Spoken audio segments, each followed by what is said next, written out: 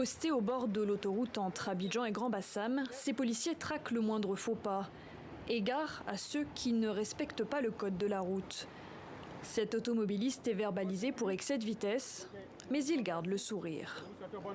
C'est une bonne initiative parce que faut dire qu'aujourd'hui, il y a tellement d'accidents, il y a tellement de chauffeurs, si je peux me le permettre de le dire.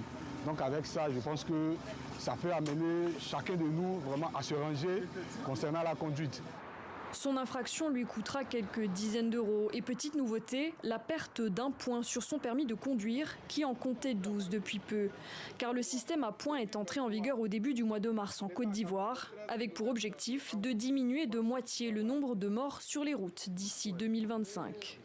Parce qu'on a un système de transport en termes législatifs et réglementaires qui était en désuet.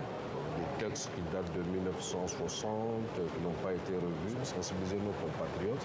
Nous pensons qu'à la fin de cette année, on pourrait également avoir des résultats probants.